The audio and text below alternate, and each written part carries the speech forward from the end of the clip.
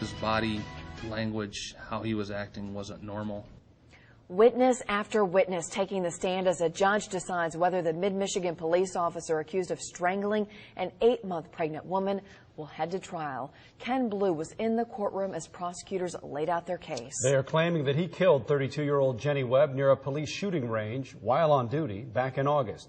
Liz Gilardi was in the courtroom all day. She's live and local with our top story at 6. Liz.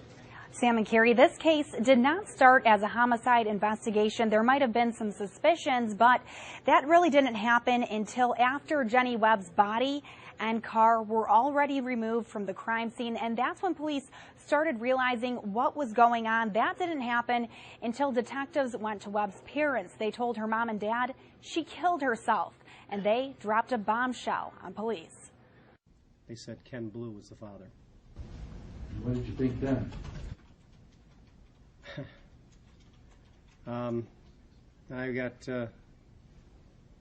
actually got pretty sick to my stomach, actually. It is the moment a suspected suicide turned into a homicide. When Jenny Webb's body, 8 months pregnant, was discovered, police initially thought she killed herself. There was even a typed suicide note found by Officer Ken Bluew, the same man charged with her murder, the same man who was believed to be the father of that unborn child. In other words, you didn't find this note. No, sir, I did not. Officer Sylvester didn't find this note.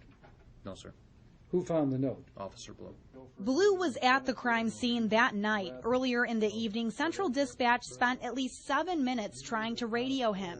Another officer called his cell phone with no immediate response. On a hunch, Officer Tim Patterson drove to the police shooting range on Outer Drive, a place Bluew was known to hang out at. His patrol car was there, and Webb's car was there too. He was going up to the edge of the vehicle, and he said, "There's a body."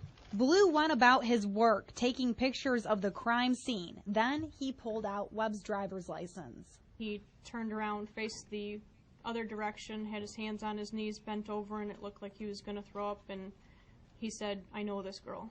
On Webb's cell phone, police found 3 phone calls, 2 from Webb to Bluew around 8:30. And 8:48, she picked up a call from Bluew. That was the last call Webb ever answered.